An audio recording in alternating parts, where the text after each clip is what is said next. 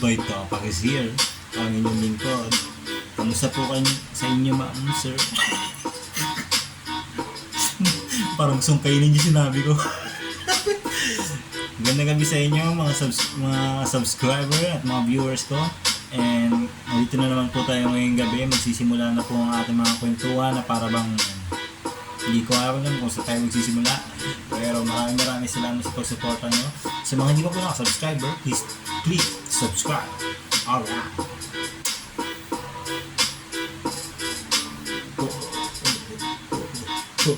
Dindo.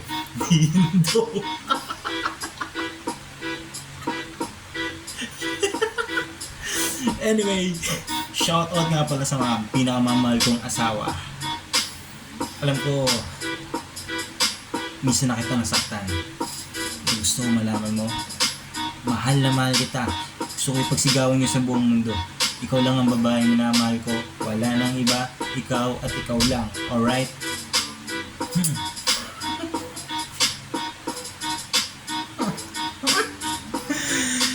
Dindo. Sino ba si Dindo?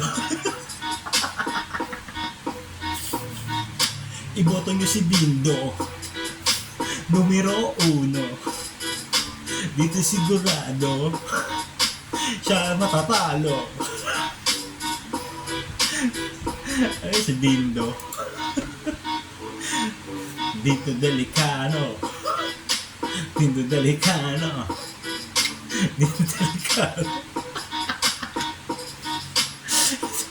Kung pala kinuha nyo, jingle bell. Kasama ko pa na sayaw yan. Para pag nanalo ka, Dindo dekelado. Dindo delikado. Pero yung ibobotohan pa lang. Yung pagpasok ko sa botohan, tapos ganyan yung beatbox na maririnig ko. Sabay-sabay kayong Dindo delikado.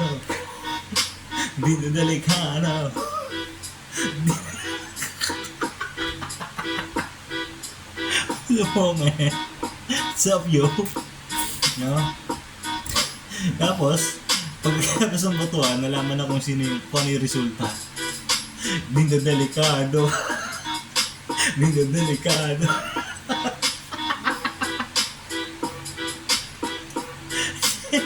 Marami talaga sa botohan na yan, no?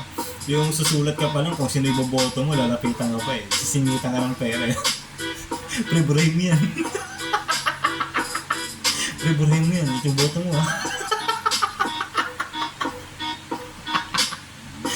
Ito nagsulag din yung 300. Eh, naabot sa kanya kanina 1.5. Ay, sabi nung bumoboto, maliit yan masyado, pre. 1.5 bigay sa akin.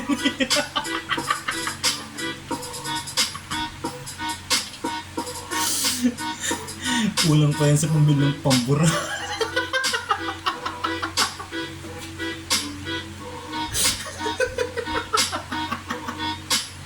Uy, kayo pag kayo binuto ng sambayan ng Pilipino, kailangan ayusin yung trabaho nyo, ha? Kung hindi, dadalhin namin kayo sa bisan.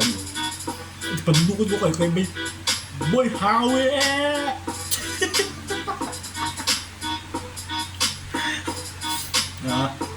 Ayusin nyo yung boto nyo. Vote wisely.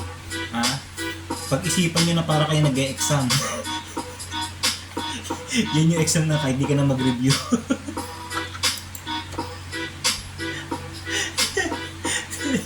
Yung mga yan, pag nangandidato, bait-bait eh.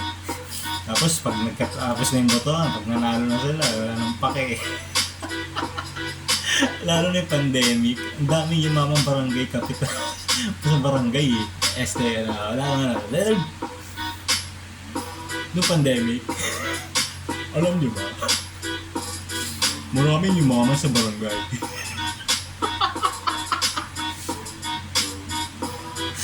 Dami daw nagkaroon ng grocery eh.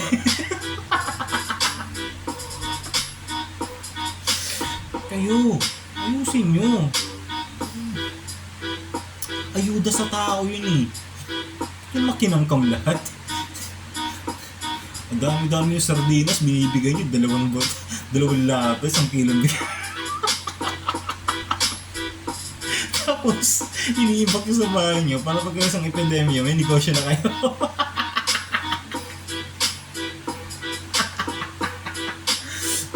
Hindi ko nila lahat, pero may mga ganun. Umuwi na, ano ba? Dali ko kayo sa binak.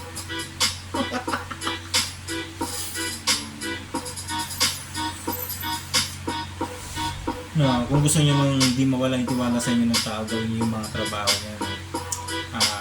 Gawin niyo kung ano yung inaasahan sa inyo ng mga tao.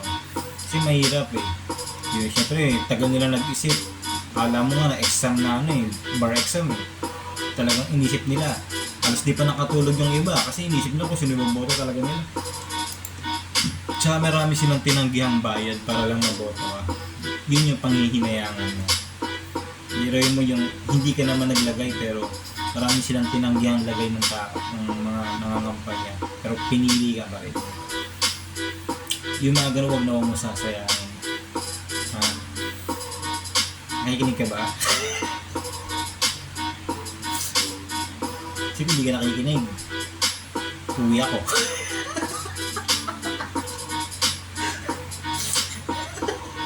Magpasensya nyo na si Boy Topak, no? Medyo prank ka lang ako pero ganoon talaga ako.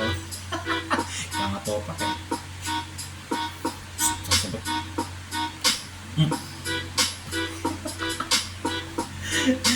Matino naman tong dibdib ko.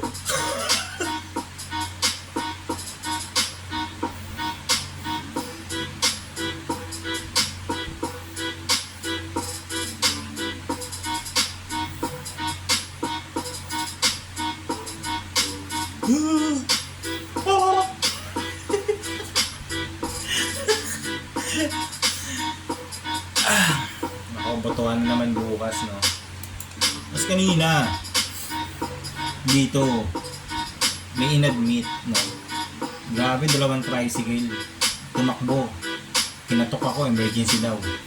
Hindi, syempre ako takbo rin kasi tatawagin ko yung nurse tsaka yung doktor. Ngayon, tinawag ko yung doktor tsaka yung nurse. Lumabas ako kasi may nakita akong wheelchair dun eh. Hindi naman namin wheelchair yun. Ngayon, sabi ko, saan yung pasyente? Aba, nakita ko yung emergency, nakita ko naglalakad, nakasamakas pa. Sisipisi ko, makatawag naman kayo ng emergency. Kala ko naman 50-50 na yan, or what? Kala ko di nakakatayo. Nakakatayo pa, nakangiti pa eh. Hindi nga lang doon kasi makahinga, kailangan doon ng oxygen. O, diba? Dito ang oxygen, mabenta eh.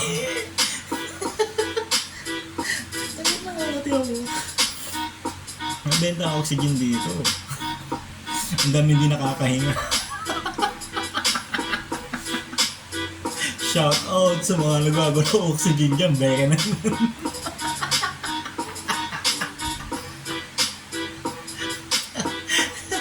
Tapos, 2 tricycle, isang pasyente lang. Siguro nasa 8 silang pamilya eh.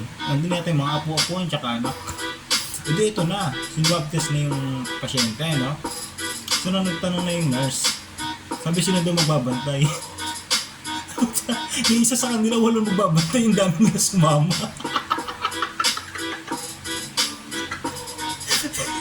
Mga nagsisikan sa tricycle, 8 sila. Naghatid dito, wala pala yung magbabantay dito. Nandun sa bahay, naiwan.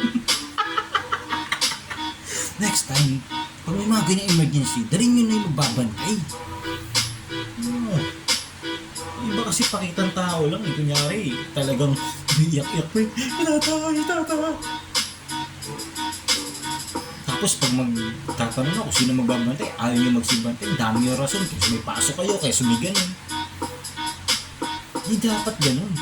Kasi magbabantay, iniwan nyo sa bahay, so babalik na naman kayo. Ha? Hindi ako nagigigil eh. Ha?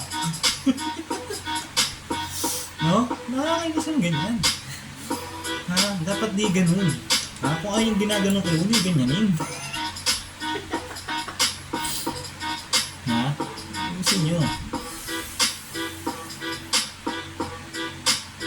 Tapos, yan pa, meron pa yan. Ang dami nilang mag-anak na pumupunta rito para ihatid yung pasyente. No? Kunyari, umiiyak pa yan. May mga umiiyak pa nga eh. Tapos talagang nagdadrama pa eh na mahal kita pa. Tapos nung binigay na yung bill, sabi ng rason, gagawin pa pala ako sa bahay.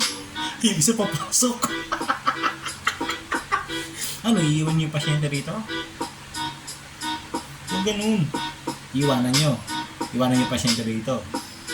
Hindi kayo magbabayad. Kaiyak na pa kayo. Nangiyak. Pero naman ako, kamot din. Hindi dapat ganun. No? Tapos, ito pa. Ang dami ko na kasi nakaka-encounter dito eh. May minor de edad dito na buntis. 16 pa lang. Cesarean. Talagang pinunta rito sa private.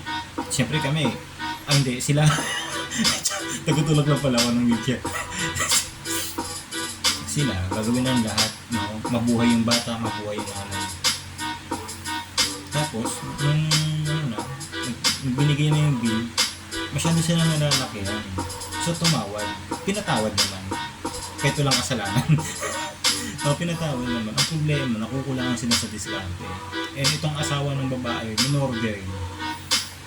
Ngayon, yung mga minor de edad kayo, bago kayo magsiasawa, makinig kayo sa akin, gigigil ako Yung kayo magsiasawa, isipin nyo muna kung ano yung mga gagastusin nyo para sama kayo. Kayo namang mga lalaki, responsibilidad nyo yung mga babae pag buntis. 9 months na pang itatagal na yung bago mga anak yan. Kailangan mag-ipon na kayo ng pera. Hindi yung kung kailan nanganak na tsaka kayo didiskarte. Hindi naman kayo nagtatayo ng pera eh. Diskartehan nyo, anak nyo yun tsaka asawa nyo yun. Dugot laman mo yan pare. May kinig ka ba sa akin pare? Oo. Sige. Dami kasi ditong ganun eh. Ang daming ganun senaryo dito. So, sinong kawawa? Mga doktor. Na ginawa lahat. Tapos, diba? Ako rin, ginawa ko rin lahat eh. Siguro yun, madaling araw ko'y darating, kakatulog ko rito. Para dalhin kayo sa kwarto. Tutulaw ko kayo ng wheelchair, kataas-taas. Pero wala sa akin yun, Wala sa akin yun. Kahit wala na sa akin yun. No? Hindi naman para sa amin dito sa ospital. Although sa ospital, malaking bagay yung payment yun eh. No? Private para sa aircon pa, diba? Siyempre, yung kuryente, gastusin. Tapos, sabihin lang ng pasyente, ma'am, baka pwedeng ganito. Pinagbigyan kayo. Sige, para makatapos lang. Pero wala pa rin. Buti pa ngayon lalaki, may bagong vape eh. Utusan kaya kita dyan. Inuna mo yung vape mo bago yung mag-ina mo. Nakakagigil kayo eh Alam niyo sa kapatid kong babae ginawa yan. Hindi talaga ako matatahimik yan. Kaya ako lalaki din ako pero hindi ko gagawin yan. Yung manloko nga, di ko kaya eh. Kaya kayo mga manloko kayo, huwag nyo kami idadamay. Iilan na lang yung mga loyal.